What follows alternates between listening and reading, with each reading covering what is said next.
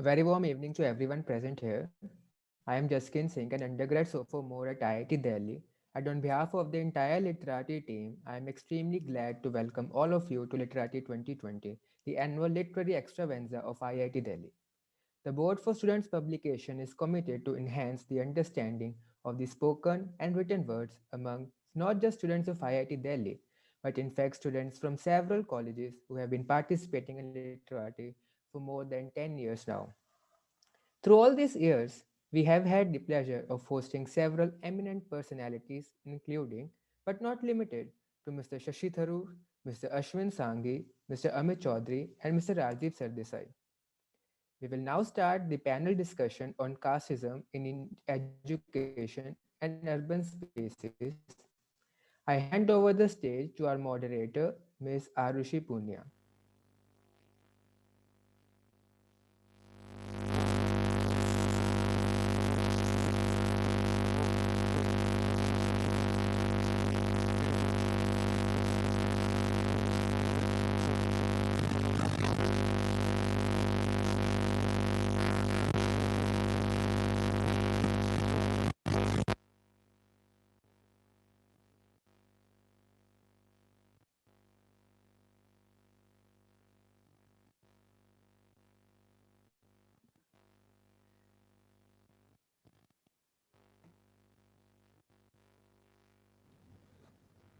Hi, Arushi. We are not able to hear you. Sorry. No.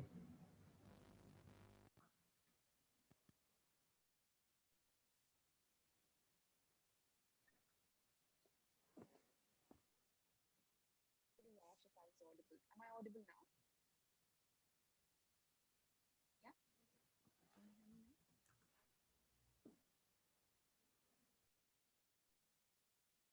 Am I audible now? Very faintly. Okay, hold on.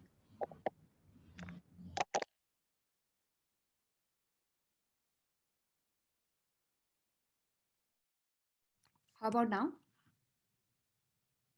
Yes, loud and clear. Great, fantastic. So sorry about that, and maybe I should have checked that first. So let me repeat. So good evening, everyone. I'd like to welcome everyone to IIT Delhi's Literati Fest and to our panel titled Casteism in Education and Urban Areas. I am Arushi Punya, a doctoral fellow in English literature and a UGC senior research fellow at IIT Delhi. I am researching on Palestinian and Dalit literature and developing a comparative framework that enables the examination of narrative strategies adopted by Palestinian and Dalit writers while opposing the modern carceral state. The aim of this discussion is to explore various ways in which caste shapes the experiences of Dalit and Adivasi individuals in the field of education, from its effect on the availability of educational opportunities to the prevalence of casual and explicit casteism within institutional boundaries. We seek to understand the ways in which caste impacts the lives of individuals and how the student community can do better. I would like to introduce our three speakers for today. They are Cynthia Stephen, Beena Palikal, and Divya Malhari. Cynthia Stephen, is she here? I can't see her. Has she been able to log in? Just keen. Facing some login issues, but we'll get that sorted. She should be joining in 5 minutes. Okay, so let me go ahead and maybe introduce Beena and Divya till then. Beena Palikal is the General Secretary of Dalit Arthik Adhikar Andolan, which is NCDHR, coordinating the National Coalition of SCP TSP legislation and Executive Director, South Asia Dalit Women's Economic Empowerment Program of Asia Dalit Rights Forum. She has been working on Dalit economic rights with a special focus on Dalit women's economic rights and policy changes within central and state governments for the development of Dalit Adivasi community. Much of her work is also focused on ensuring students access higher education and communities access public entitlements. Welcome, Beena. I would also like to introduce Divya Malhari, who is a writer and assistant professor, St. Joseph's College of Commerce, Bangalore. In her blog, That Lit Writer, she breaks down experiences that Dalit individuals have, emphasizing emphasizing their nuances and importance. The blog spans topics of Brahmanism and aesthetics, her own experiences as an individual and a teacher, and much more. Justine, is Cynthia here now? No, Not yet, ma'am. We're still working on the issue. okay. So I would like to wait for Cynthia maybe before we start, because I would like all the panelists to contribute equally to all the questions. So till then, maybe let me talk about what we aim to achieve through this panel while we wait for Cynthia. So this panel has been entrusted with a crucial and important task. Through the discussion, we will elaborate how caste operates in universities and urban spaces. Our task as moderator and panelists here is twofold. Our first task is to empower Dalit and Adivasi students and academics by helping them identify new forms of caste-based discrimination. And furthermore, our task is to strengthen them with the ammo and armor to challenge casteist statements and encourage them to seek institutional and other measures to fight caste-based discrimination. Our second task is to sensitize non-Dalit and non-Adivasi students by introducing a critical self-reflexivity about the language they use while talking about caste and the terms that are used while talking to or about Dalit or Adivasi students and academics. We hope to shift the perspective from which caste is looked at. Perhaps such a beginning could be marked by adopting a new language altogether and by abandoning the terms such as upper caste and lower caste, or dominant and oppressed caste, and saying Dalits and non Dalits, or tribals and non tribals. So I would just like to request our audience to wait for perhaps 2 more minutes while our team sorts out the technical issue. And till then, we can perhaps wait for Cynthia to join in.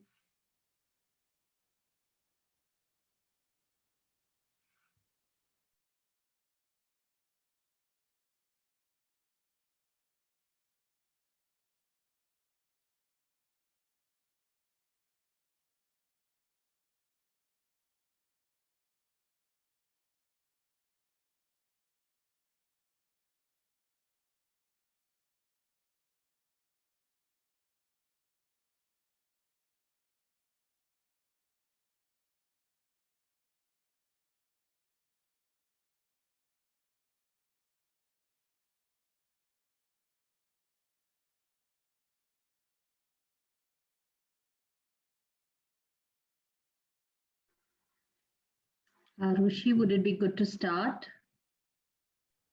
Because we are already half an hour delayed, right? Right. So let me start perhaps, and let me Maybe she introduce can Cynthia join in. Yeah. in Somebody, absence. yeah. Somebody's just joined. Maybe it's her. No, I don't think that's her. So let me introduce Cynthia for the audience till then, and maybe Cynthia can just join in for the line of questioning. So Cynthia Stephen is a writer, poet, social policy researcher, and independent journalist. She is the president of Training, Editorial, and Development Services Trust and works in the area of Dalit studies, affirmative action, and educational policy.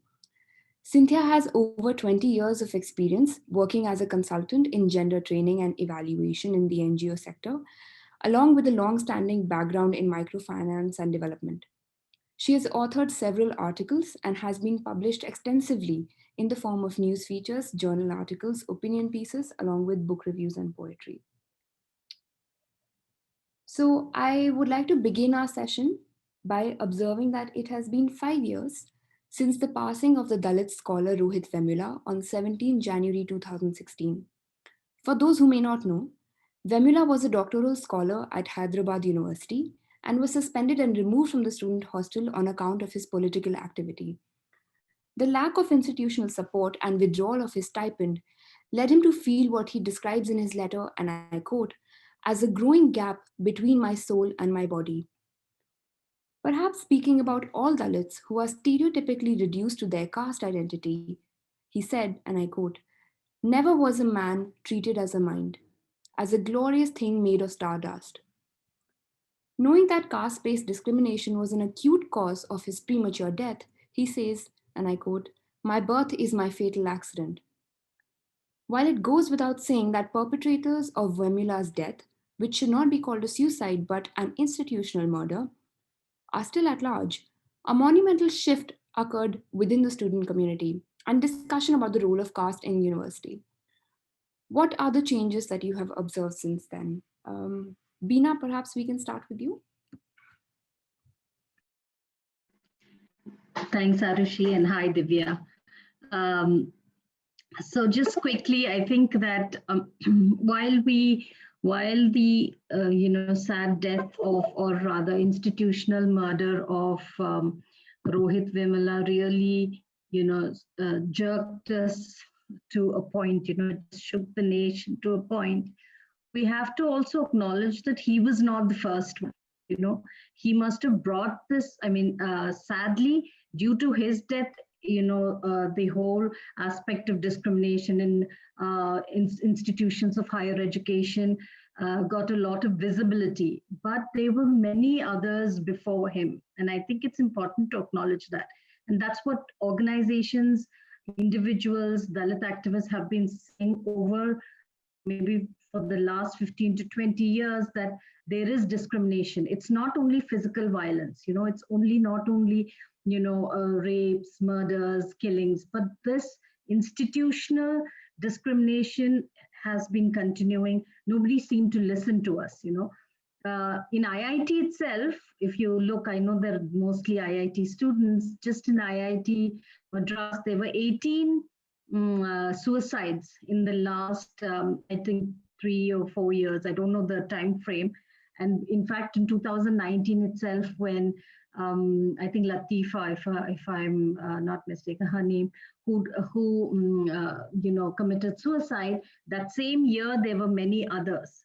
But I don't see the country, uprising about it, saying that in such high institutions of learning in this country, isn't it a shame that we're having students, committing suicide because of the discrimination that is happening? So let's also put that on the table before we discuss this, that these high, institutions of learning also have many students are suffering.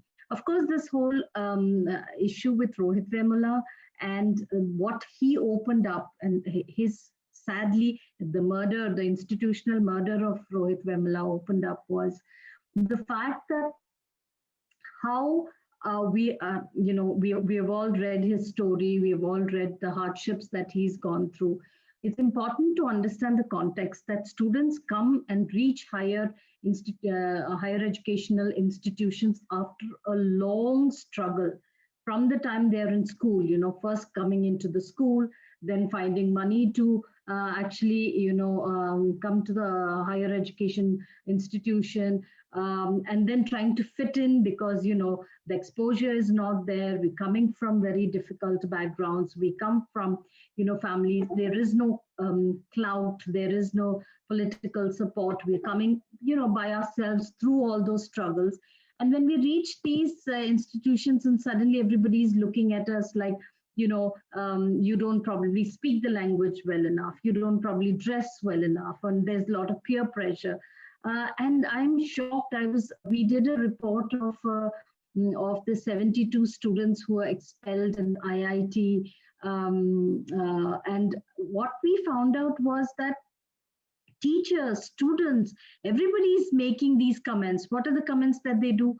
They make comments like, you came through reservation.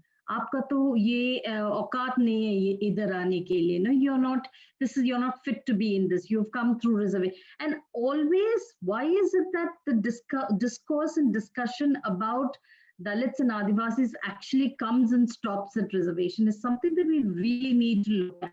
So I think these kind of comments continuously when they're posed, we find that it almost each of us start questioning ourselves of why have I come here? Why do I have to face this kind of struggle? So I think this particular incident opened up at least that discourse a little bit. People started engaging, people started discussing. The students themselves mobilized themselves on university campuses, brought out these issues. Periyar circles were formed in IITs. People were discussing about it. So I think somewhere it sort of strengthened the movement, which is very, I don't like saying that, it's a little bit sad saying that, but then it also strengthens students' activism on campuses, but also students' demand.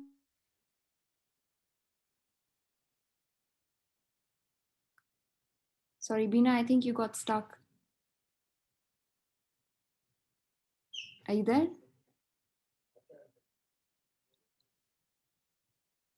Okay, I think Bina is stuck. And I don't know, maybe Divya, perhaps this is the time for you to pitch in and to perhaps maybe just share your observations with us since, the very untimely death of Vemula. Yeah.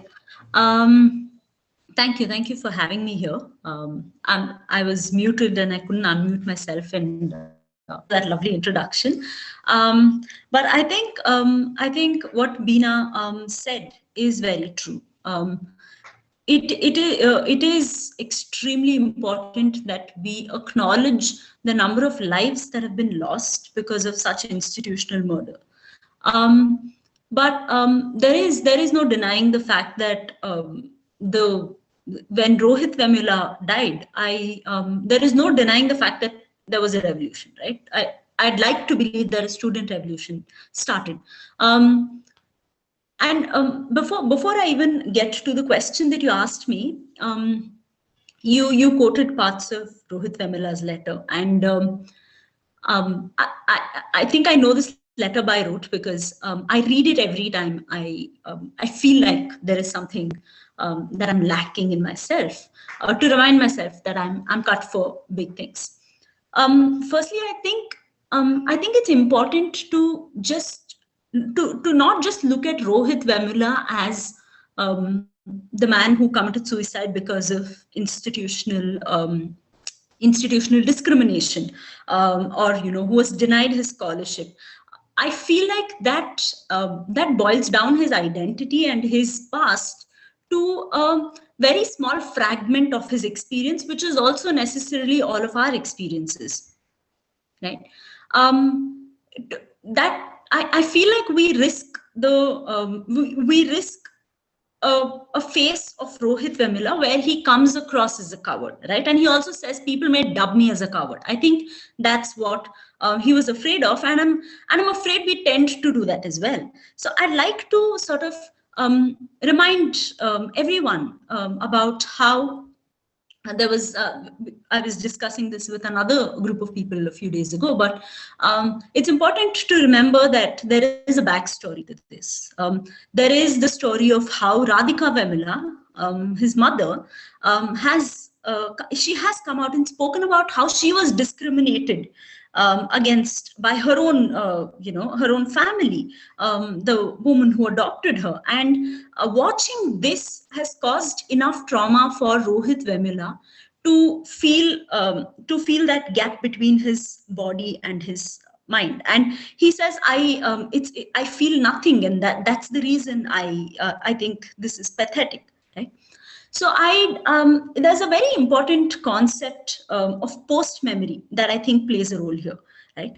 And I think it's important to discuss that every time we discuss Rohit Vemula, because we cannot just place him as a man who died, right? A man who committed suicide, or a man whose institutional murder caused a revolution. There is more to that identity, and I don't want it to be boiled down, because Rohit Vemula was not just a person who didn't get his grants and committed suicide. He was a person who wanted to cause change, who wanted to mobilize student groups, necessarily Dalit groups. And this also puts into context the kinds of statements that our ministers made after he died, right, in the assembly, questioning his caste, asking for his caste out in open assemblies, demanding answers from his mother. There is a certain system of inhumanity to this injustice, and that is something that we need to talk about. So when he took his final step, when he decided to, when he decided to take his own life, He didn't do it because he couldn't take it anymore, but it was because there was nothing that he could take anymore. It was too overwhelming for him. That's one thing that I'd like to point out. Also, you spoke about how lack of institutional support plays a role in this. I believe, I may be wrong, please correct me if I am, but I believe for many Dalit students that I speak to and I've engaged with, lack of institutional support is something they can still deal with. It's obviously wrong, it's blatantly wrong. There is no justification that can even be provided for it. But we'd much rather make our peace with lack of institutional support than deal with purposeful denial of status and opportunity that everyone owes us. Right? And in Rohit Vemila's case, it was not just lack of institutional support, and it was this denial of status and opportunity that pushed him to do what he did. Now coming to your question, I feel like a chord was struck, because I remember being in my MA class, and when I don't know, but when I heard about the news, that was one of the few days that I actually picked up the newspaper and I read it. And I read only that part, and I was thinking about it, and then I went to my MA class, and the teacher took Rohit Vemila's name, and out of the 34 people, I was the only one who had actually read that news article. And I think that's the minute when I and a lot of others, including Yashika Dutt, because I read that recently, told ourselves, we can't pretend anymore. We can't pretend like this does not affect us. And I feel like this really made us own our identities publicly. And there is now a sort of comradeship that we've built with each other, because now we know our identities are out in the public, and this seems to be an easy target for a lot of people. So I'd like to believe that we have sort of formed a solidarity, or we're at least forming it now. So I think that's what Rohit Vemila did for us.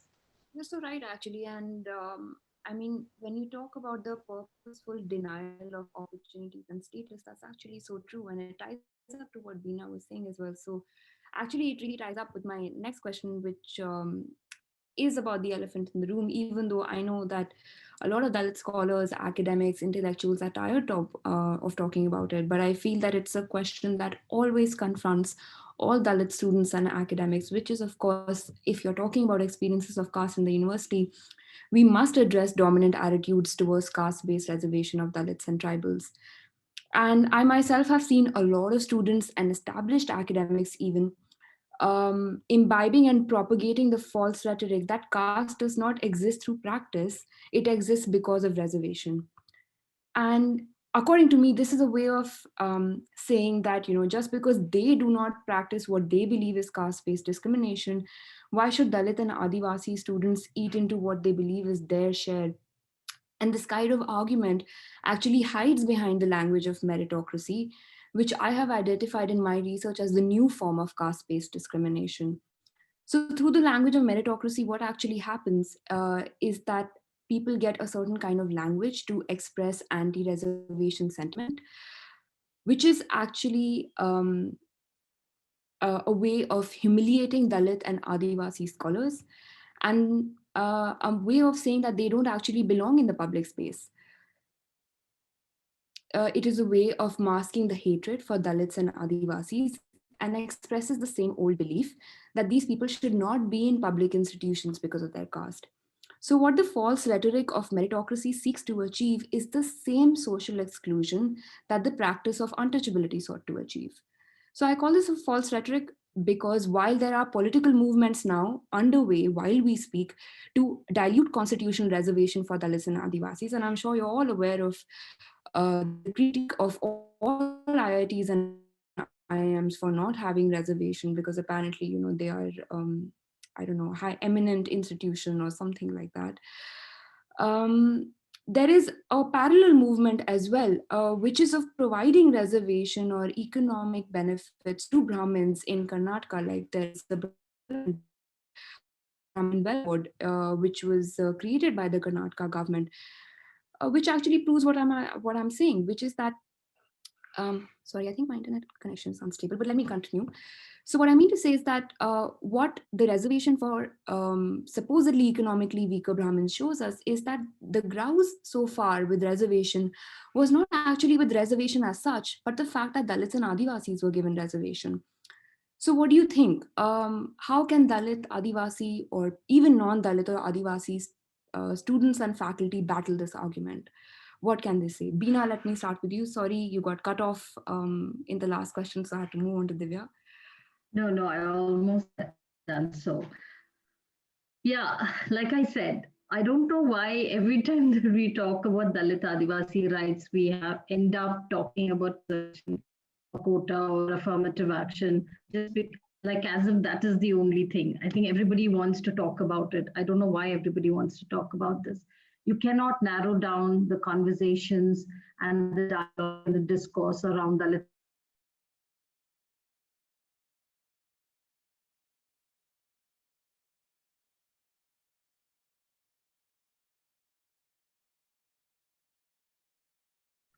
Oh God, I think we've lost Beena again. And I don't know why it happens mid-answer.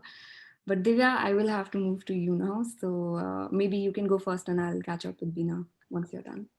Yeah. I really wish I could hear Beena finish it, because I was sort of looking at my answers and I was thinking maybe I should alter it, because Beena is saying a lot of the things that I'd like to say.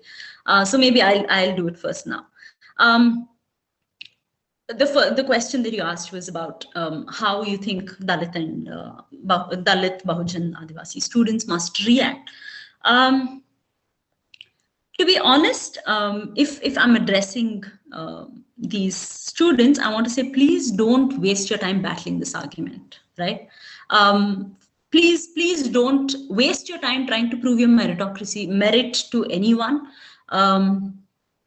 because I have found throughout my educational life, I have found that proving your worth to meaningless entities is exhausting. It's simply exhausting physically and mentally, because you have to frame your answers to fit the sensibility, which is very limited, of these upper caste students, and it's exhausting because you cannot explain history to somebody who refuses to hear about it, right? And that's what I feel about discrimination in itself. When you try to explain about reservation to people, the problem that I find is that you can explain why reservation exists. You can explain what elicited reservation as a response, why the Constitution strongly pushes for reservation, why it has not been done away with despite whatever the Constitution initially said.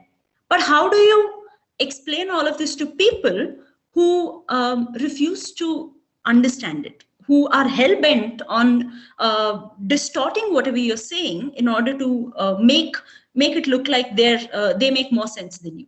And honestly, Arushi, I think the real elephant in the room, that according to me, the real elephant in the room is, why do we expect Dalit students to brave themselves for this question, right?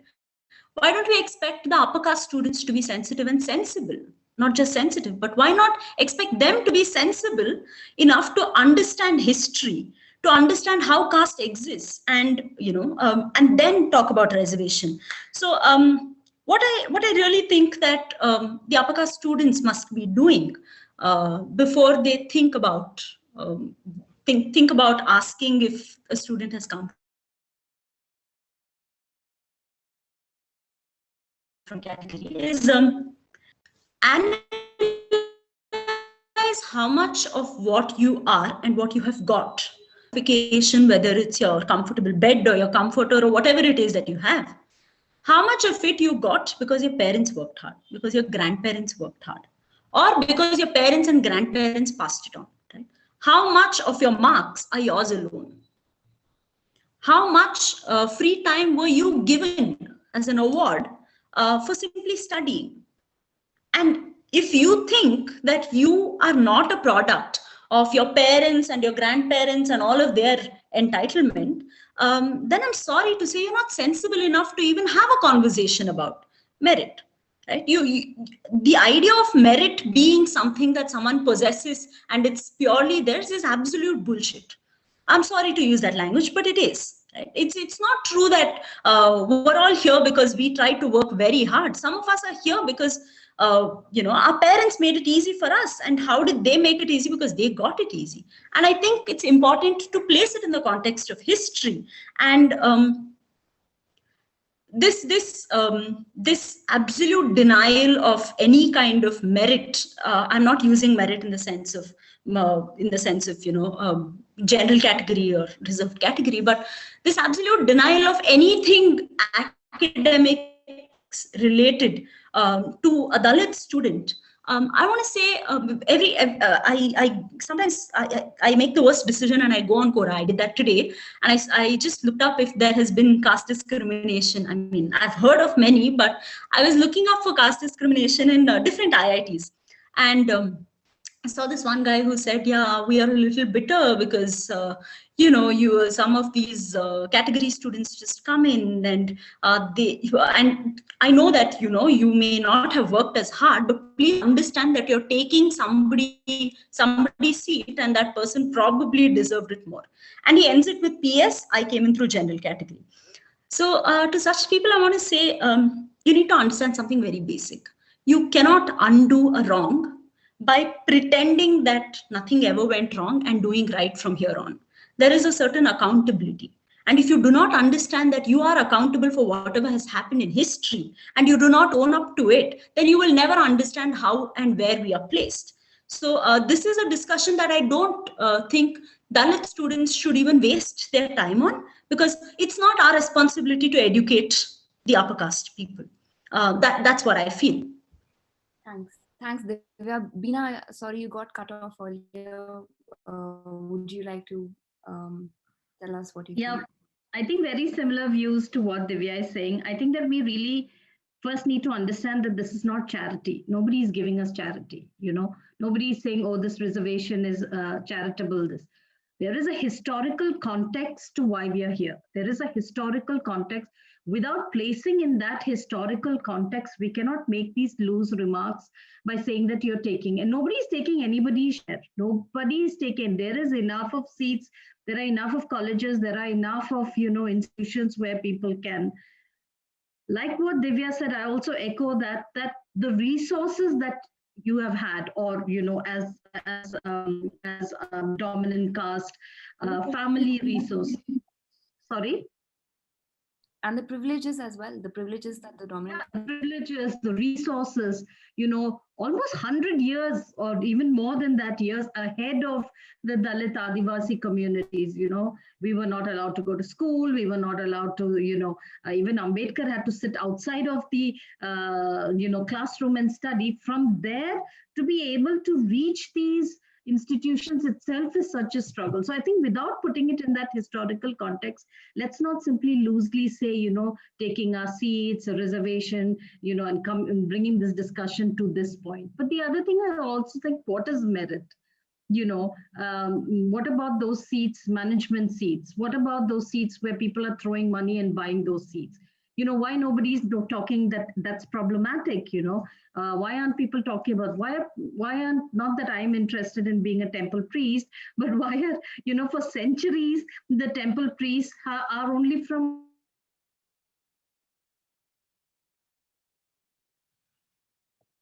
Oh dear, we've lost her again. So I just want to add a sentence to what Beena was already saying. I think what we're really trying to say is that we need to understand, and when I say we, I mean upper caste students. So let me say you. You need to understand that reservation does not exist to represent anyone. It does not exist so that somebody else can also exist in a space that you exist in. It exists because it's reparative in nature.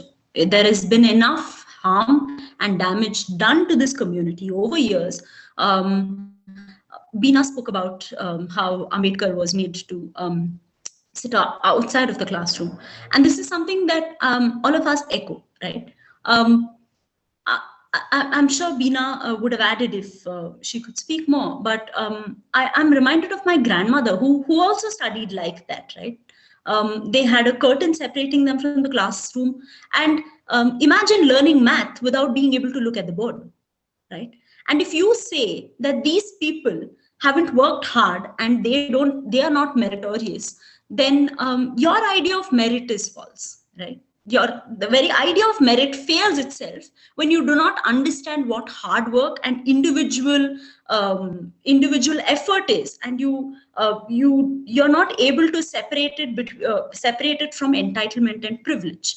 So I think that's the crux of reservation. I personally feel that I don't think upper caste people really actually care about what is the merit or not of Dalit or Adivasi students. You know, I feel that that their primary motive in making comments like this is to absolutely ensure that every Dalit academic is so humiliated, so cowed down that they never have the courage to actually come up and express their identity, to own up the fact of being Dalits, of being absolutely traumatized, of entering the public space entirely, and ultimately of being so discouraged that, you know, if I am going to go to class and if people are going to ask me, do you deserve to be here, or are you only here because of reservation, what is going to happen? And I feel, and I understand, while one aspect of that is maybe for Dalit students to have that kind of courage and say, you know what, we don't care about your questions, we know that we deserve to be here. But what happens to that section of Dalit students who are actually scared and who feel humiliated and who stop coming to class? And I know there are many cases like this as well. So which is why I feel that this kind of discussion is very important for us today, to address both sides, to address Dalit students as well, and of course to tell them that, you know, pull your socks up, be strong, be courageous and fight this, and don't care about what anybody says to you. But at the same time, to talk to non-Dalit students as well, and to talk to them about their attitudes. So that actually takes me to my next question. And Cynthia has unfortunately still not joined us, and we have lost Beena as well. So maybe let me go to my next question, which is that despite the effort made by the student body here at IIT Delhi to organize this talk on caste, universities have made it very difficult to have a discussion on caste. And they pretend to be caste-free spaces and act as though they have what has been termed caste blindness by Professor Yashpal Jogdan at the Humanities Department in IIT Delhi. And so we only need to look at the case of the Adivasi doctor Payal Tadbi, who was harassed by her seniors, and she took her life and the institution failed to support her. So the stance of the university in representing itself as a caste-free space is, I feel, a very tactical and a pragmatic stance, or I don't know, it's a clever strategy, which deliberately overlooks how Dalit and Adivasi academics and students interact in the classroom, who are often cowed down or humiliated by upper caste students and faculty. And what we, I think, need to acknowledge through this panel, and perhaps even after this panel. I think Cynthia has joined us now. Yes, Cynthia is here. Right. So as I was saying, that I feel that the stance of the university in attempting to appear as a caste-free space is just a clever strategy to ignore the fact that a lot of Dalit and Adivasi academics and students are often cowed down and humiliated by upper caste students and faculty. And we must acknowledge that caste discrimination is rampant in universities, at least all the universities that I've been a part of and everyone that I've engaged with as well. And this kind of caste discrimination is evident from the fact how I think who knows, they've asked me to unmute. Hi, Cynthia, we can hear you. Yeah, okay, yeah. We can't see you though. So if you could turn Yeah, your... here I am. Okay. Thanks, bye.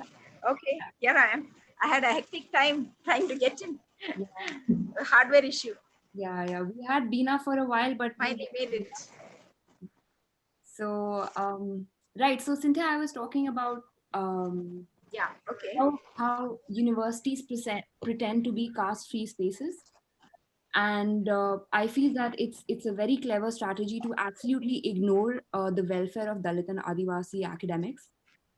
And like we discussed in the morning, while there are certain institutional measures which have been made, like for instance, currently the UGC has prescribed that committees must exist in universities where caste discrimination can be reported. And there is, of course, also the National Commission for Scheduled Caste and Scheduled Tribes, to whom formal complaints can be made. And yet, I feel that a lot of times either students hesitate to approach these committees. I personally don't know how, I want to say, how successful they are in resolving complaints. And perhaps that's again a very technical term, because I've never heard of cases of any kind of person who has used caste slurs being fired, but I have heard of cases where Dalit students have been ejected from the university, where Dalit faculty has not been encouraged to come and teach. So my question to you is that what are these measures sufficient? What more can the university do? And primarily, what can Dalit and Adivasi and even non-Dalit and Adivasi students do if they witness or experience such discrimination? Cynthia, if you are here, maybe I'd like to start with you.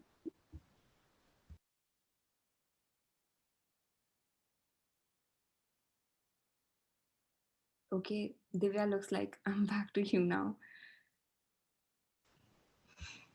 I feel like this is no longer a panel discussion. I feel like I'm being interviewed. But you brought up a very important point.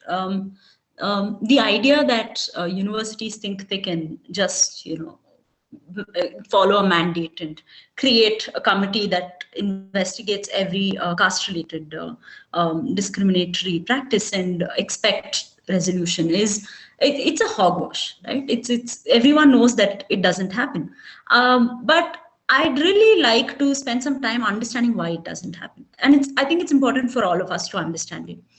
There are some questions that need to be asked of these committees. Firstly, who are the people heading these committees, right? Are they upper caste people or are they people from Dalit background, right? What qualifies them, rather? Cynthia, she had asked you the question, but you were cut off, so I'm answering for now. Yeah, no, it's okay. I'll add, you finish. Yeah, I'll just finish in a minute. Yeah. Sure, sure.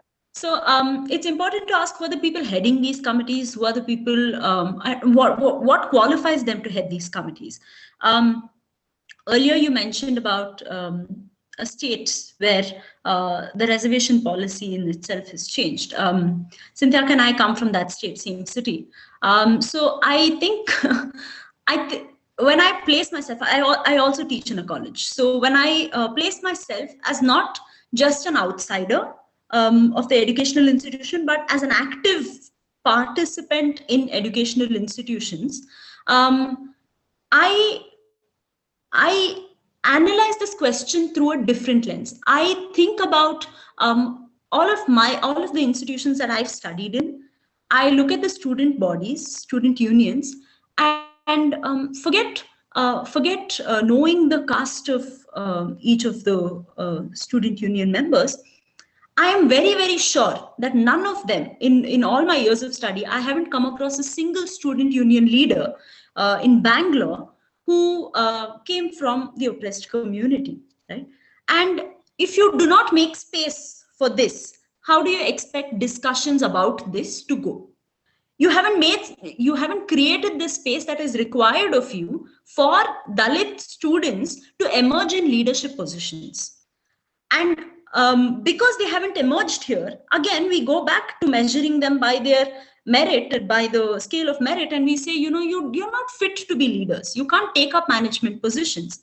So moving forward, what I think we need is, we need to have Dalit representatives in every student union body across all colleges, whether it's a premier institution, whether it's a university, whether it's a public institution, whatever it is. It's important that we have students, representatives of the Dalit community who contest these elections and win, right?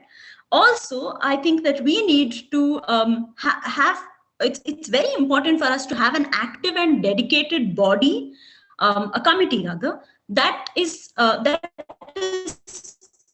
constantly the Dalits are bringing to the table, because it looks like we're speaking a language that the upper caste do not get. And when you're explaining a caste atrocity, or when you're explaining an incident where you've been discriminated against, it's traumatic.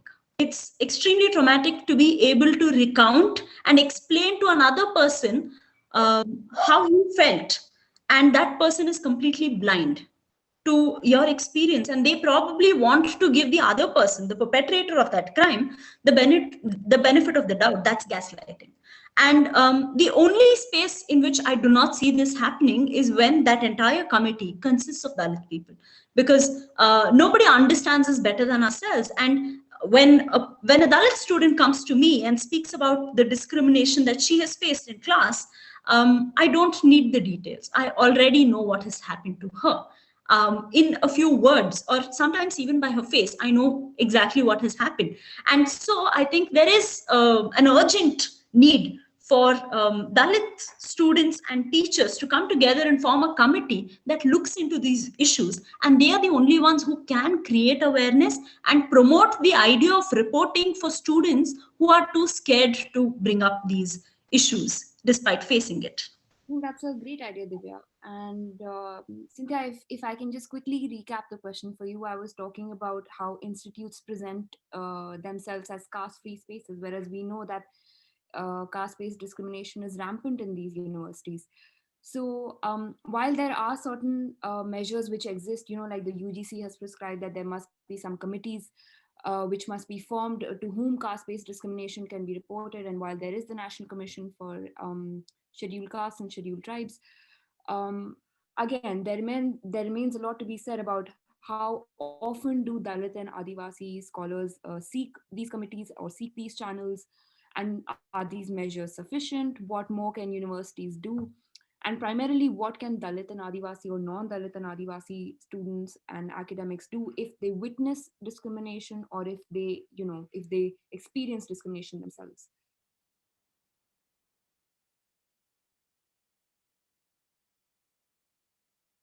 Yeah. See, I think the first thing, am I audible? Yes, yes. Yeah. Am I audible? Yes, yes, Yeah. yes, you are. There's a little bit of a lag, but we can hear you. Okay. See, I think the We can hear you, Cynthia. okay. Yeah. The important thing, yeah, the important thing is that, as Divya has pointed out, that who are in these committees, all these things are crucial issues.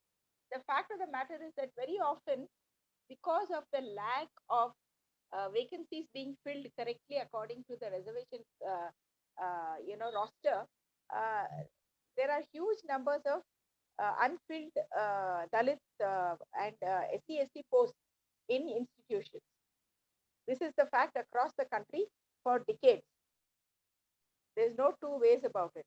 Yeah. And this is partly the reason, because the entire establishment, whether it is courts, whether it is the government or institutions, it's disingenuous. There is this always this backlog. Why should there be a backlog? Why this claim that there are not enough candidates? So that is, I think, the important aspect. The numbers of people, what we in the in the feminist movement or the gender studies thing call the critical mass, that is never there in the institution, whichever institution, and therefore there becomes a lot of engineered marginalization, deliberately engineered marginalization takes place. So it is totally disingenuous to say that it is not a caste-based institution. That is wrong. On not only that, in a number of states, there are many institutions which are set up by caste bodies, and some castes are highly very much into setting up educational institutions. In the earlier days, it used to be a kind of a public service, but of late, they are very, very much into building up economic and political basis through the setting up of such institutions. So that's why you have some politically powerful um, castes also very much involved in setting up and running universities, professional colleges, and therefore becoming the arbiters of a whole lot of stuff.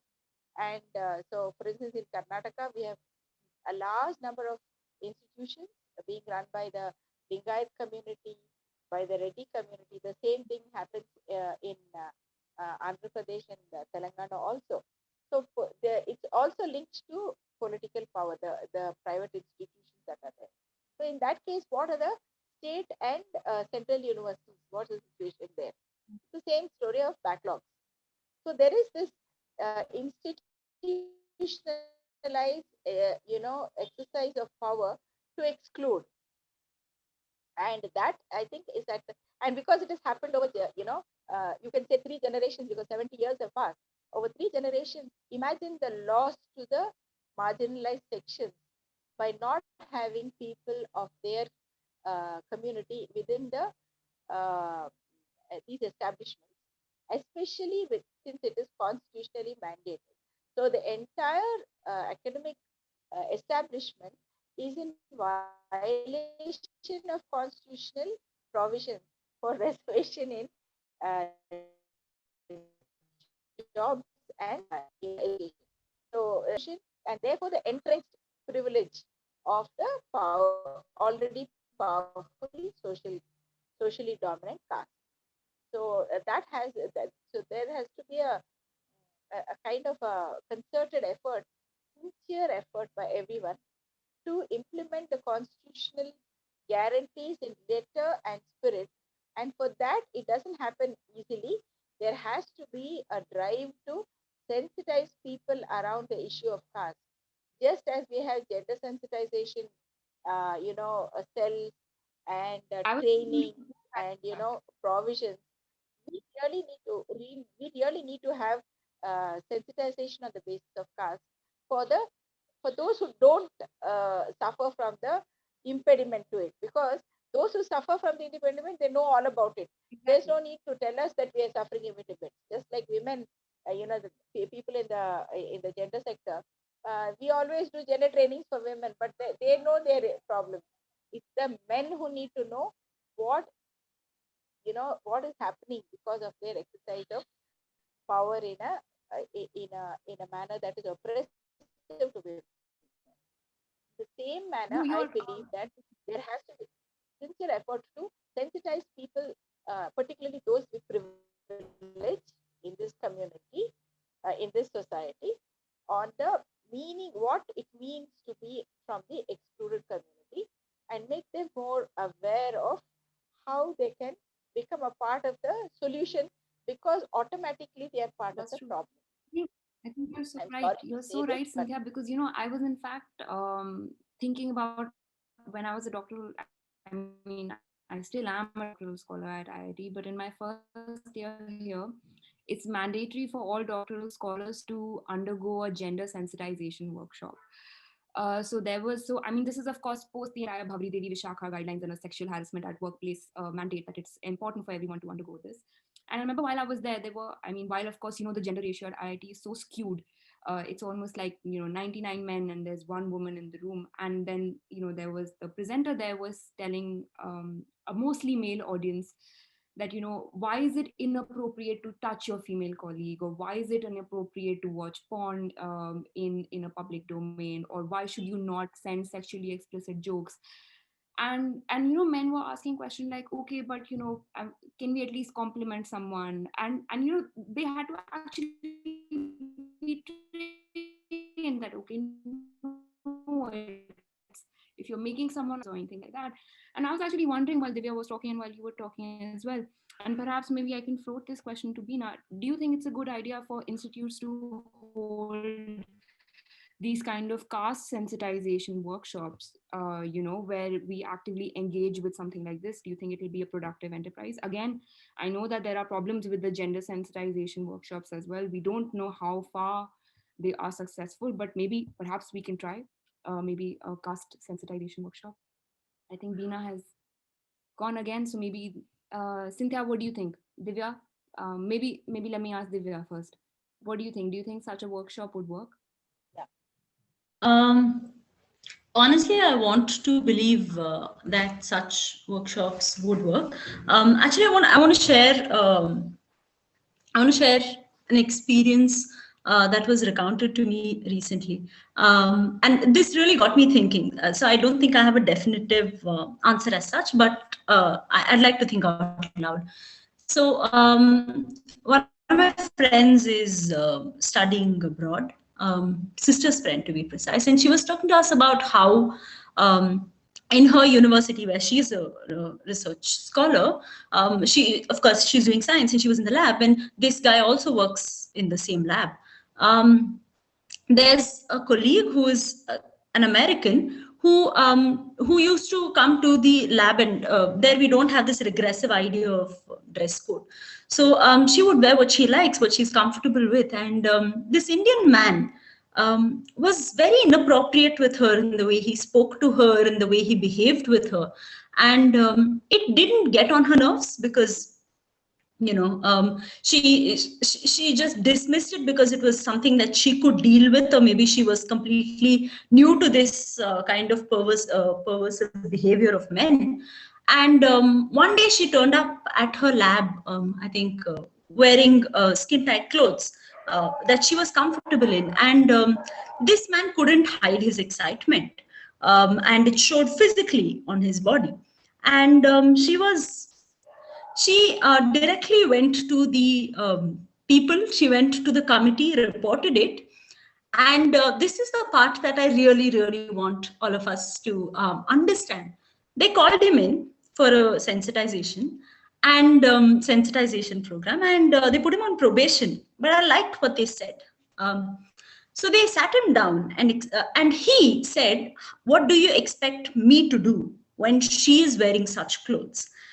And the people who were dealing with him were obviously American, and they said, "Listen, you understand that you come from a country where women are objectified like this. But what you need to understand is that they're not wearing these clothes for you. And you are no longer a teenager whose hormones are running amok. You are an adult. You're in a professional space. And if you cannot stop fantasizing about women after entering into your workplace and getting over, your teenage or boyish romantic times, then there is a problem with you. You cannot expect, and you cannot constantly keep fantasizing about women in such ways, because you are boiling them down to their gender." So for the longest time, I used to believe that gender sensitization programs, at least the ones that I've been a part of, weren't really fair, because the things that I was told in gender sensitization programs is, trying to cover yourself, and be aware that when someone is looking at you, they may be looking at you in a certain way, and if they're looking at you in a certain way, they would prepare me for when an attack happens. They wouldn't prepare the men to in the way that I just told you. So for me, this was new information. Even though I am the woman, even though I am the one who is probably being fancied in a disgusting fantasy of a man, this is new information. It blew my mind. I was like, oh, so it is possible for men to actually understand, because the person who was talking to him was also a man. So it is possible for men to understand that this is abnormal.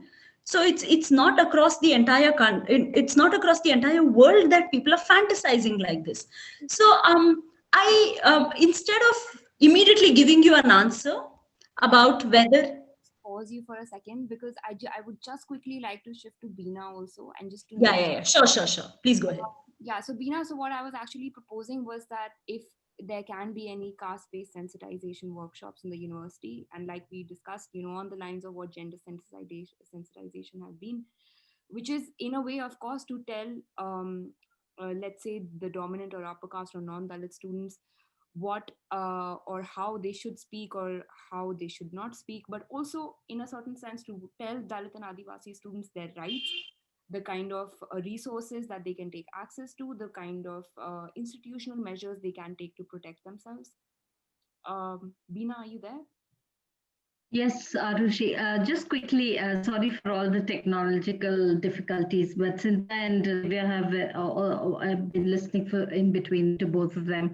I think Divya saved the day with all the, but anyways, my response will be quickly that, see, the onus of the solution to this problem cannot rest on us as Dalits and Adivasis. That the problem is with the dominant, and they will have to figure out solutions of how they have to sensitize themselves, because I don't think that onus has to fall on us. That is my first point. Second thing is, there are institutional mechanisms. For example, all universities should have an equal opportunity cell, when many universities don't have these cells. They don't have representation from faculty from the community. So there are institutional mechanisms that are not working.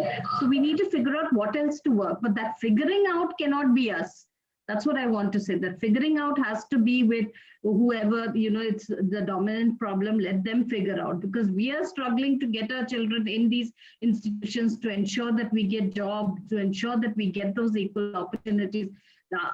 On that, don't over and above that, don't tell us, go and tell people how to behave. They need to learn to do that, and institutions like IITs need to have mechanisms put in place to ensure that such kind of discrimination does not happen. There is a case of this boy who goes to the canteen in one of the IITs, and the canteen owner is a Brahmin man, and he was doing his puja, and this fellow had to have tea and run to the back to his class. So he said, can you serve me tea? And then he looks at him and he tells him that tum logon ka to ye jagah hi nahi hai. You're not even fit to be here. I have to serve you tea and you are demanding that. But that is, so immediately would he have done that to a Brahmin student or a student from the dominant? I don't think so, because he's come through reservation, or immediately he said, you don't even deserve to be here, and you're demanding me to serve tea. That's what you're there for. You are serving tea, right? So immediately so somewhere, I think that has to be, those steps, measures, mechanisms have to be taken up by the institutions themselves. Thanks, Beena. Justine, can you tell us how are we doing on time? Because I feel with the lag and the technical problems, how much time do we have?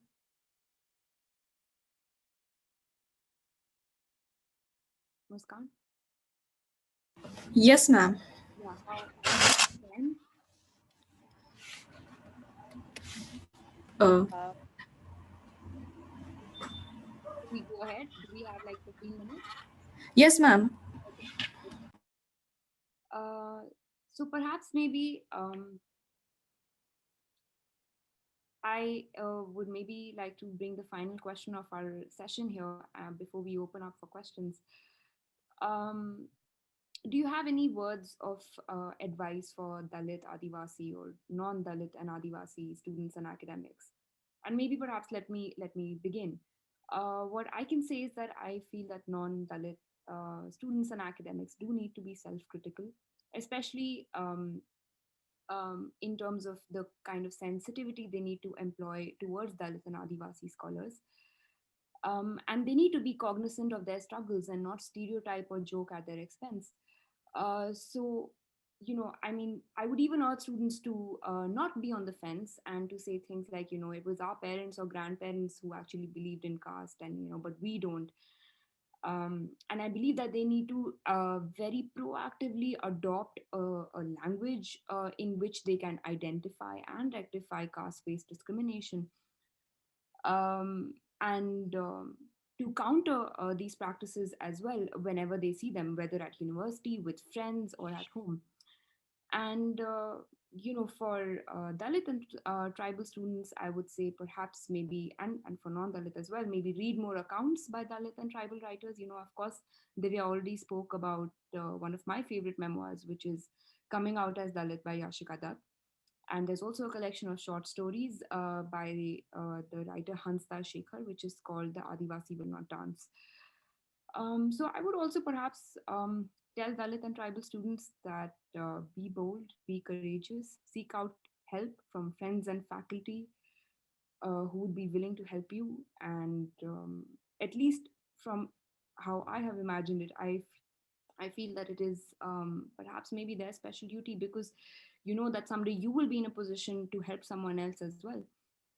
So study, write, and excel in your field, and perhaps change the stereotype that has been created by the dominance about Dalits and Adivasis. So, Cynthia, what would you suggest? Any words of advice for Yeah, students? see, actually, in a situation where Dalits and Adivasas are in a very, very small minority, the main thing I would like to say is that the institution has the responsibility, the faculty and the student body also have the responsibility to make them feel at home. So this is a like a given and non-negotiable. I doubt though whether that is really done, or whether what used to be called ragging in the previous days were basically really very severe forms of measures of discrimination and enforcement of existing social hierarchies as we know. And fortunately, there have been huge crackdown on those kind of practices, and that is much less prevalent in the younger generation in the past 4 or 5 years. But it used to be one of those ways in which people assert their social power over the newcomers, especially those who come from the vulnerable section. So to some extent that has been dealt with. But I would say that the onus really, as Veena has of course pointed out, is for people to be more aware, sensitive, make themselves more aware and sensitive. On the issue of gender and sexuality, I think a lot of ground has been covered, not only legally but also at the social level. People understand that pronouns are now not straightforward; they can be different. People have a choice. But why is nomenclature still an issue? Because we have people, saying that okay, caste names. The law of the land says that you can't. Uh, you are punished if you call a person from a Dalit community uh, by their caste name. Why? Because in society these are pejorative terms. So whether it is Chamar or whether it is Bangi or whether it is Mala or Madhuka or whatever, these are considered to be pejorative terms in the larger society, and so there is a law against it. People can't say, okay, you come from that state, so that's your name. That is not acceptable. Not only is it not acceptable socially, it's against the law of the land. So people don't know this probably, and so they will insist. So in gender, everybody knows that you have to be very careful when you use words we talk about women. The same way we need to build sensitivity in the language to end the kind of casteist usages that are very strongly prevalent. And I think this is very important, and young people need to be much more savvy about these things and much more aware, particularly as you're going to go into industries which are at a global and international level. If you're an IIT person, you're quite likely to be going into an international position, or joining an MNC, and you will expect to be able to behave well in the society there, among your colleagues, and you can't get away with the kind of the experience that we've shared. It makes me laugh to think how that fellow must have really been out of his depth, hearing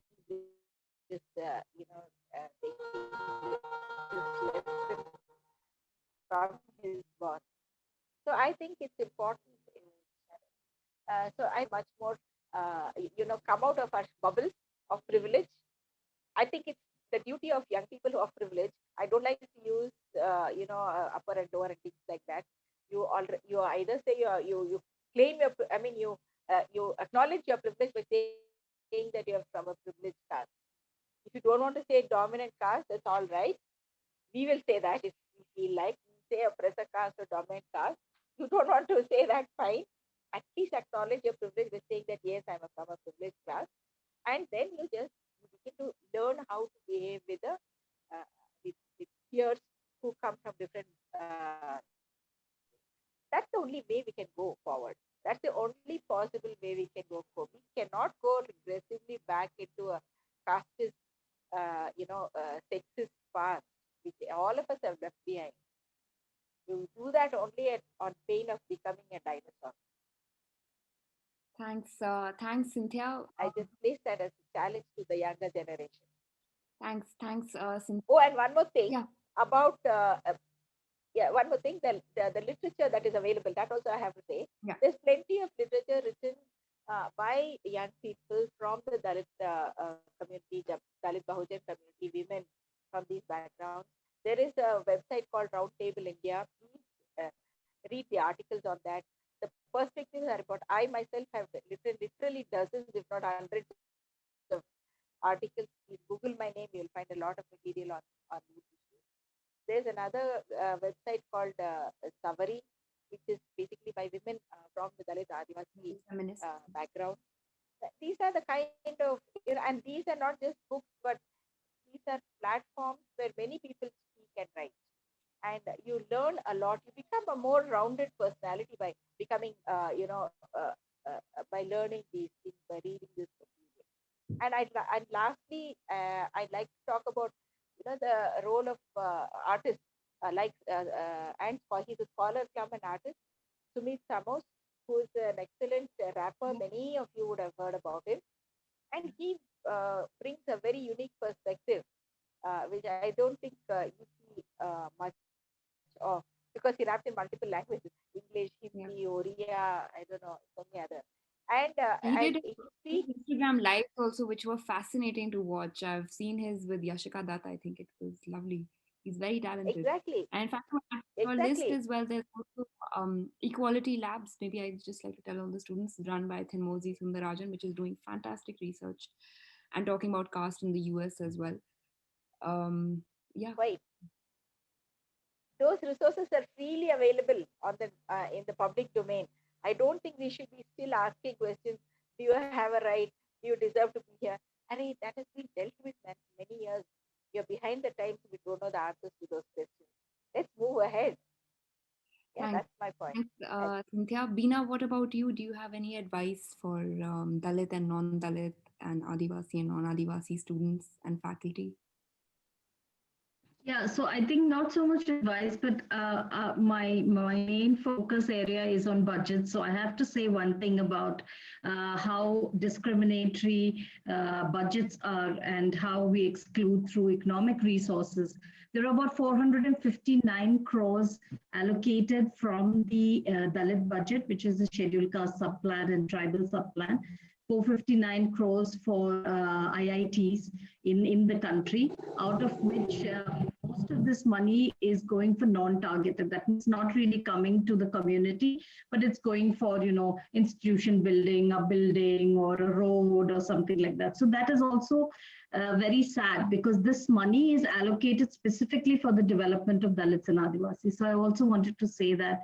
But in terms of my final words and advice, I think that it has really, like we're all saying the same thing, the onus has to be on definitely the dominant to be able to find solutions of how we can deal with it. Whether you like it or not, we are here to stay, boss. We are here to break all kinds of, sectors. We are there in IITs, we'll be there in art, we'll be there in culture.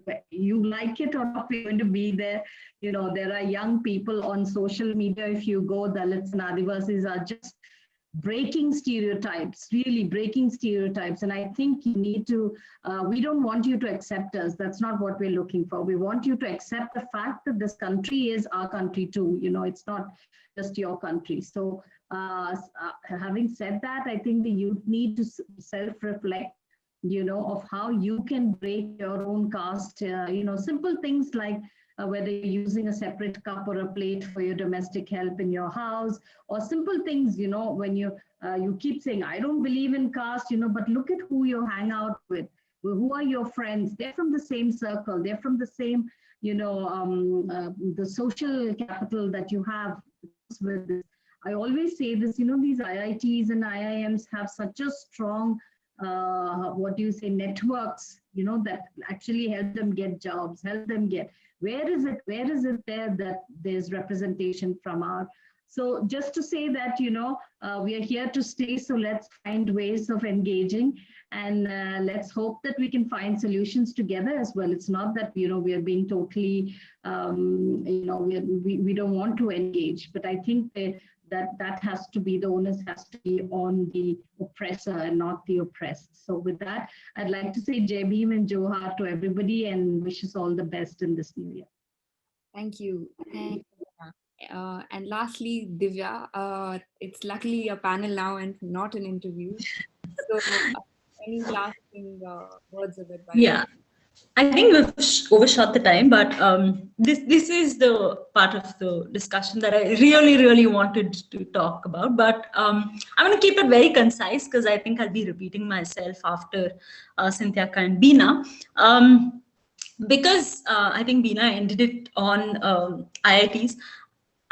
It's just something that I'm thinking out loud about, and maybe if some of you ask questions, we can figure it out together. I really want to understand, there was a term, intellectual standards of IIT, right? That seems to be the sort of epicenter from where we're all talking. So I want to know what is the big deal about these premier institutions, including IIT Delhi, right? There is no challenge in picking up the best, the academic best, and then placing them in good industries and companies and saying, hey, you know what, we are a premier institution because we place the best in the best. I think the real power of an educational institution and the mettle of an educational institution lies in being able to face these questions that are posed by the Dalit, Bahujan, Adivasi student and teaching communities.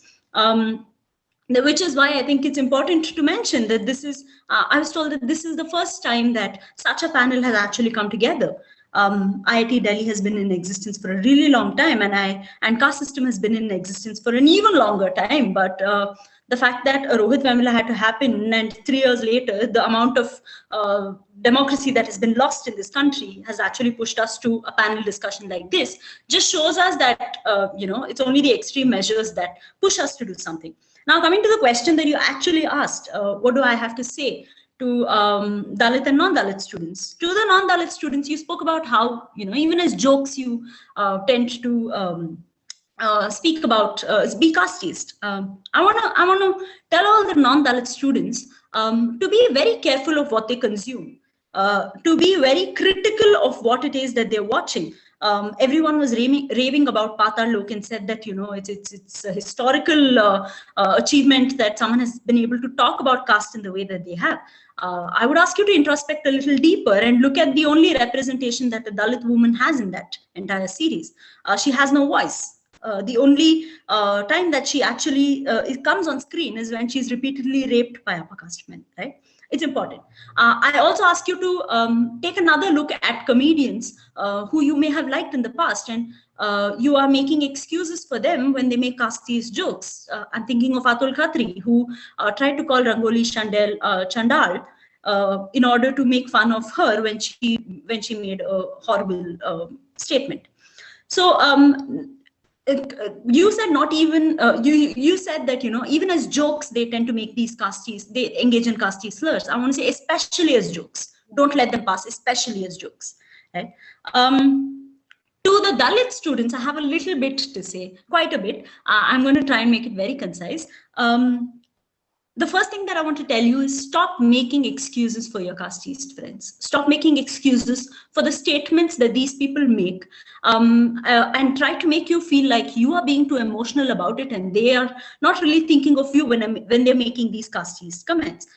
If someone cannot accommodate you and your history, you do not need to accommodate their emotions. Please feel free to walk away from such friendships and relationships. You don't need to think that they deserve your friendship or sympathy if they don't care enough to be empathetic towards your situation. Another thing that I want to tell the Dalit students is please know that your worth is not determined by anyone but you. Only you decide what your worth is, and it is anything that you want it to be. Don't let anyone size you up and tell you who you are and what you're worth. Another important thing that I want the Dalit students to know is that they need to actively engage with our issues, and you need to find your fellow sisters and brothers wherever you go. Please remember that this constitution was written with our sweat and our blood. This independence was achieved through our tears and toil. So this country is as much yours as anybody else who claims it is theirs. So you cannot back down. We cannot back down. We must engage with our people, and we must stand tall to defeat this systemic and historic injustice that has been meted out to us. At the same time, please take your time and let us all start educating ourselves. Let's start educating and organizing ourselves. Jai Bhim and Jai Savitri Ma. Thanks. Thanks a lot, Divya. So I think we'd like to open up for questions now. Perhaps just a few quick questions before we wrap up, because we're already quite late. Any questions? Justine, do you have any? Muskan, do you have any comments on how to take questions? Should I take them from the chat box, or will people unmute? You're not very audible here. Okay. I'm saying that I think that we can perhaps take questions, and maybe it'll be nice to write them in the chat box so I can read them out. And if you can direct them to any particular panelist or speaker, that would be great. Is Veena still on the panel? Yes, I'm here. I'm here. I'm trying to be here. Yeah. So I have a. Okay. So there's one. Okay. It says, thank you to all the speakers for your incisive analyses and inspiring reflections. Question to Cynthia, Stephen, and Veena Palikal. Educational institutions are a microcosm where wider social inequalities are replicated, but nevertheless, they are different from other spaces in their institutional structure. It would be very useful for the audience if you could speak about the possibilities and challenges of combating casteism in other urban spaces. Cynthia, would you like to respond to that? I'm just reading the thing because you're not very well. Nevertheless, they are different from other spaces. Veena, could you hear my question?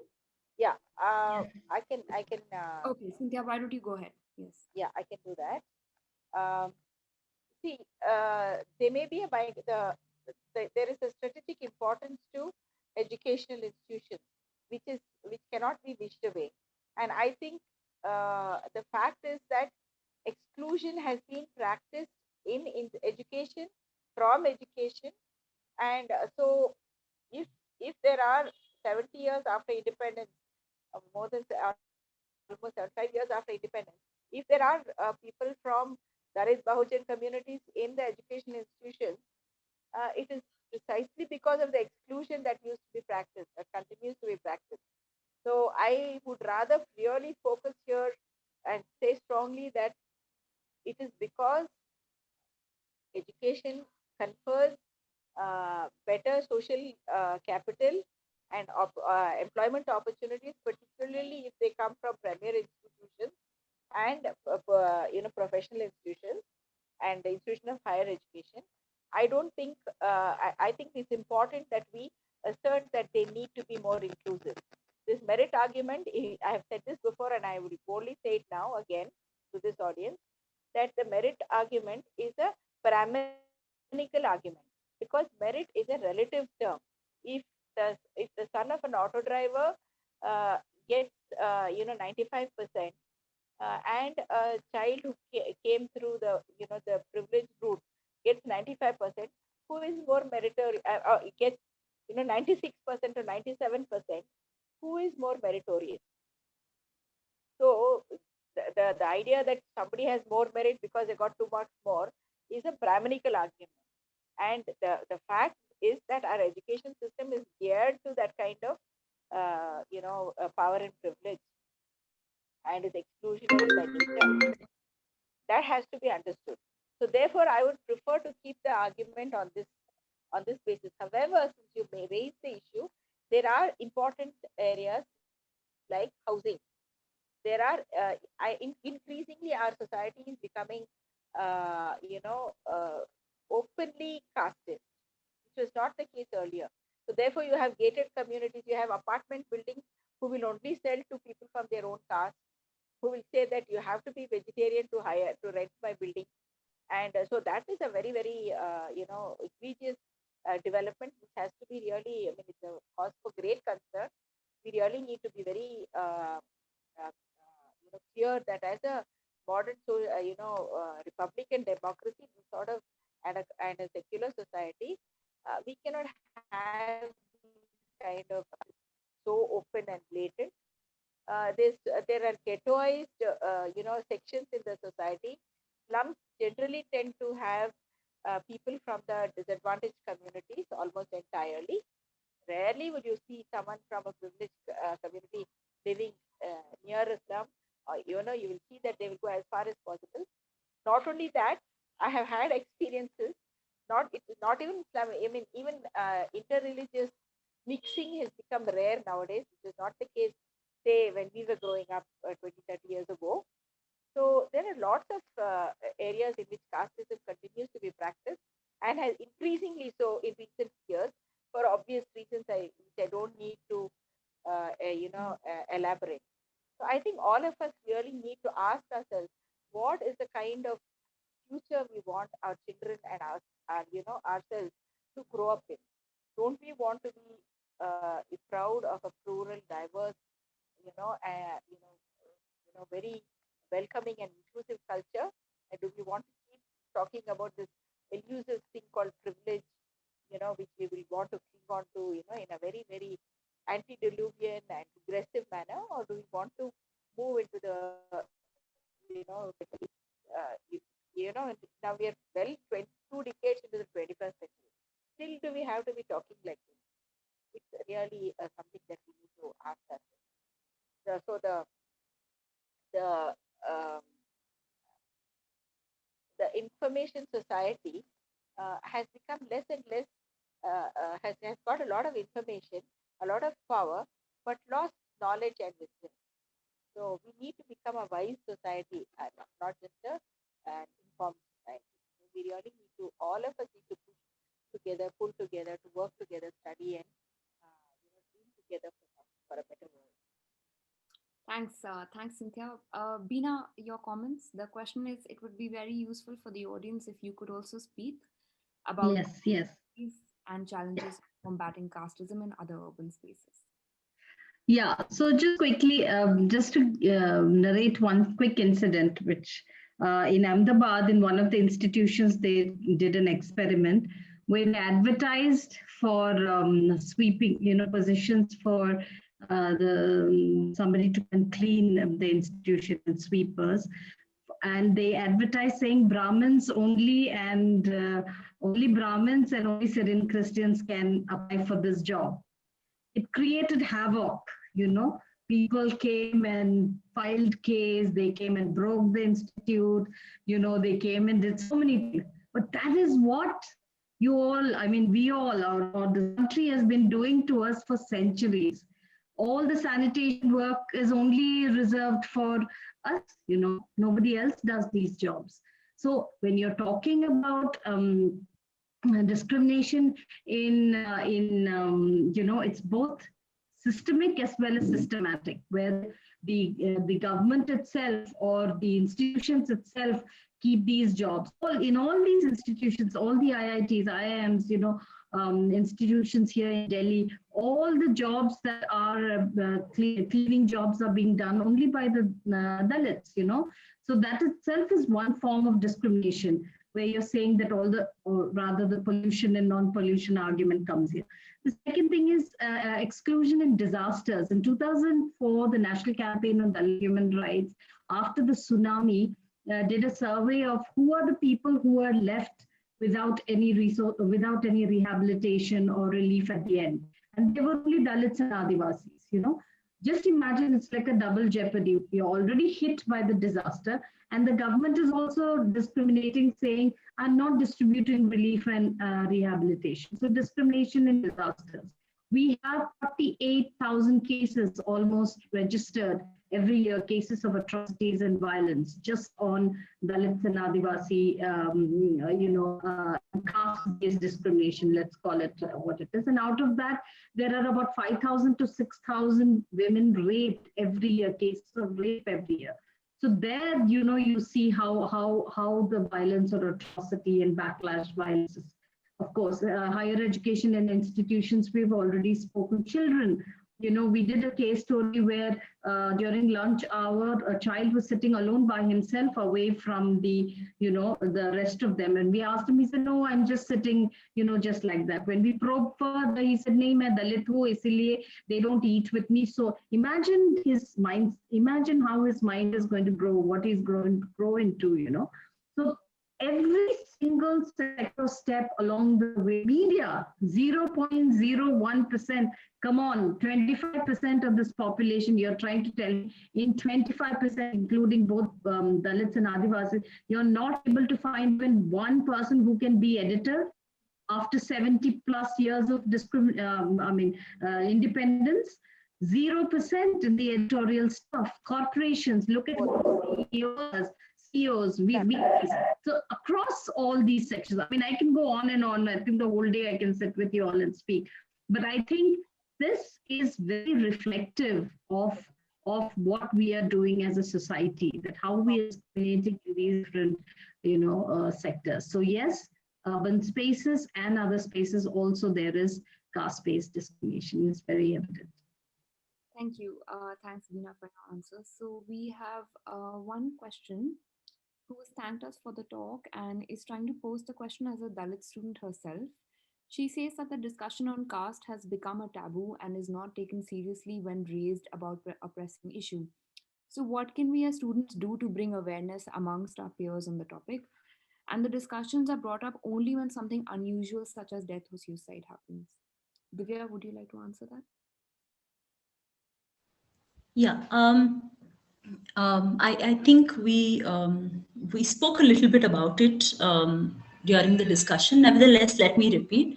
It is true that we tend to speak about the issues related to Dalits as if only when a murder or a suicide happens. It's almost as if we come into existence only at that time, but that's not true. But what is important is Dalit students need to recognize and form an affiliation with other Dalit students. Remember that I feel like students are purposely denied this link. No educational institution can run without students, right? If students boycott an institution, the institution falls. So it's important that you realize that you have the power. So you ask to change syllabus. You start introducing the idea of caste, bring in Ambedkar into your syllabus, right? Even if it's just general English and you're doing a professional course, it's important that you bring some form of caste writing. Please start book clubs. Please start approaching faculty members who you think can be empathetic to the situation. Like I said, take up leadership positions. Please become an active student. Please contest in student body elections. Become active representatives of this community. Approach the administration, approach the authority, hold them accountable for their recruitment of upper caste teachers. And if there is a lack of Dalit teachers, please hold them accountable to it. Get started on committees. Don't let this topic die, because the minute you let this topic die, you're letting a Dalit student die. Right? So it's important that you take matters into your own hands and start agitating and organizing yourselves. Thanks, Divya. We also have one question here which says, how do you make the youth, say 14-year-olds in urban spaces, more aware about topics such as caste discrimination? Because, and I'm quoting him, because I personally realized that I, being from an urban area, became aware and sensitive about this topic much later, after I did a course on modern Indian fiction and translation in my second year in college. Even though the discrimination had obviously existed forever, I just didn't see it. I only had read about it in books and never actually looked closely at how practices were taking place around me and the kind of shape and form they had. I feel there should also have been someone to point out how I am so closely integrated in a system infected by caste discrimination so as to make me more sensitive. So maybe if I can just take the lead on this question, I hope that we have answered that question for you throughout the panel. And perhaps our first thing would be to tell you that acknowledge your privilege. Acknowledge the fact that if you've not faced, if you've not seen caste, then it's because you come from a particular position of privilege. You've not experienced discrimination. So open yourself up, talk to people. Reach out to people, learn to identify. I think that's what we've been trying to do through this panel, is to that it is so crucial for all students and faculty members to be able to spot and identify the different kinds of caste-based discrimination. So of course, while one is of course very obvious, physical or sexual violence, the other kind is of course humiliation, but there is also, like Divya said, there's also casteist jokes, there's slurs, calling people by names. Learn to start identifying all of this as caste-based discrimination and practices which you as an active member of the society must discourage and engage with. If anybody has any more points to add for this question, please chip in. Otherwise, I'll go on to the next I'd like question. to say something. Yes, Cynthia. May I? Yes, please. I think that, it may not be even something as open as caste. It could just be a different social, the language issue. For it. A lot of people from the disadvantaged communities don't have an English, necessarily have an English medium and may not be that comfortable with English. So teaching people about the way they speak English, the kind of clothes they wear. Maybe they don't have access to the best of urban fashion, so they just very simple clothes. And in their village or that small town where they grew up, it may be perfectly okay to wear, the kind of clothes they wear. So they stand out. It's already awkward for them, but then remarking upon it, talking about it, teasing, all these can really put a lot of mental pressure on students who are already coping with a lot of alcohol and push them over a place. And also about color, the kind of food you eat. These kind of things also. For instance, if you remember, there's a big fracas of some years ago about having a beef festival. And it's so stigmatized. Even though JNU is one of the most inclusive campuses in the country by design, still, the kind of food that Dalits, Muslims, and Adivasis commonly eat at home is so severely stigmatized there that they decided to have a big festival, and that became a big issue. So these are the kind of things, and food is something you do twice or thrice a day. You shouldn't have to answer for what you eat on a regular basis with millions of people across the world are doing the same. So, it's all these things you may not realize it, but you really need to be very sensitive. You've been pretty, insensitive, very mildly, particularly those who grow up, privilege, to the plight and the significant lives that others have, who are right next to us, but we haven't bothered to open ourselves up to those. So I think that is very, very important. Thanks, Cynthia. So I think I would just like to conclude that by saying that perhaps be critical of the fact that Dalit people have somehow been invisible to you for the rest of your life or all of your life so far. And we also have, I think we are out of time, but let me just summarize the questions here. We have one question which says that can technological advancement play any role in helping sanitation workers and those people who are doing manual scavenging?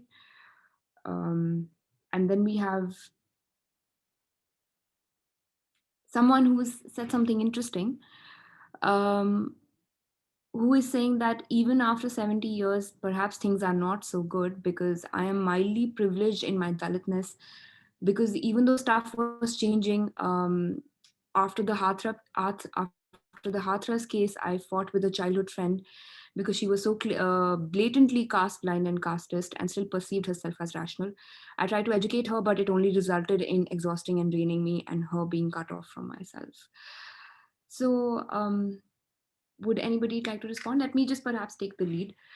I think your effort would, of course, while it may have exhausted you, I hope it wouldn't have been in vain. And I personally do feel that this is a long road ahead. And while it feels like, yes, we get tired, we are tired of explaining things, but yet we must not stop, because I think you're absolutely right in calling it what it is. Um, and perhaps I do feel that there would be some forms of solidarity that we are all forming here, and ways of addressing these kinds of caste-based discrimination. And we are being more bold in calling people out and calling what is casteist. So I think just carry on. It's tiring, but one must carry on. And if anybody has any other concluding remarks, please do share them. And on that note, I would really like to thank everyone, Divya, Cynthia, and Beena. And I think Cynthia has something to say. Yes, Cynthia. Yeah, that point that got quickly glossed over of technological advancement and Yes. Sanitation. I mean, how does the rest of the world do it? Why is it a question? Why is it a question only in India? Why are we asking this question only in India? What do you think? Do you think that the rest of the world has the same kind of system that we have? How do they how are they dealing with the same issue? And I mean, maybe they're also using human resources as well as mechanical resources to carry out this work. It's very important for quality of life, health, and basically for human race to continue. Cleanliness is very very important. So why is it an issue here? Because till the present day, in spite of laws, human resources working in sanitation are taken for granted by everybody. They don't exist. I mean, they're part of the furniture. They're part of the wall. They're like the trees. You just take them for granted, and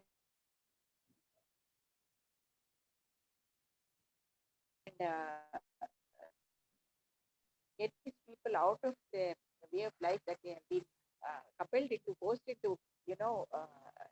Inevitably, they have. The reason is the caste system, and all of our the collective culpability on the entire system of not only the government, the institutions, or the adults, or the children, whatever. Even when we spoke all this, but we never really talked about this issue. And even this issue has been raised only in the context of technological innovation. The loss, the indignity that humans have been subjected to for generations. So, this is a very, very important concern, and it has to be at the forefront of anyone who wants to educate, and organize. Thanks. So thanks once again to all the panelists, Divya, Beena, and Cynthia, and thank you so much to the organizers of the Literati Fest as well for having all of us here. I'd like to conclude this session, and thank you for all the audience for your insightful questions and for being such patient listeners despite technological glitches, but we can't help it. But thanks a lot, and I hope this was a helpful session for everyone who attended. Thank you. On behalf Muskan. of the Literati team, I would like to thank all the participants here and the team members. Thank you for your thoughtful remarks, and it was quite a intriguing session to think upon. I believe all the participants who had joined had a new thought of line and would be more uh, vocal citizens of our institutes. Thank you very much. Good night. Thank you for everyone. organizing. Jai Bhim Jawahar. you. Thank you. Jai Bhim. Thank you. Stay Good safe. night, everyone. Jai Bhim. Bye, Divya. Bye, Cynthia. Bye, Arushi. Bye-bye. Bye, Beena. Bye, Arushi. Bye, Cynthia.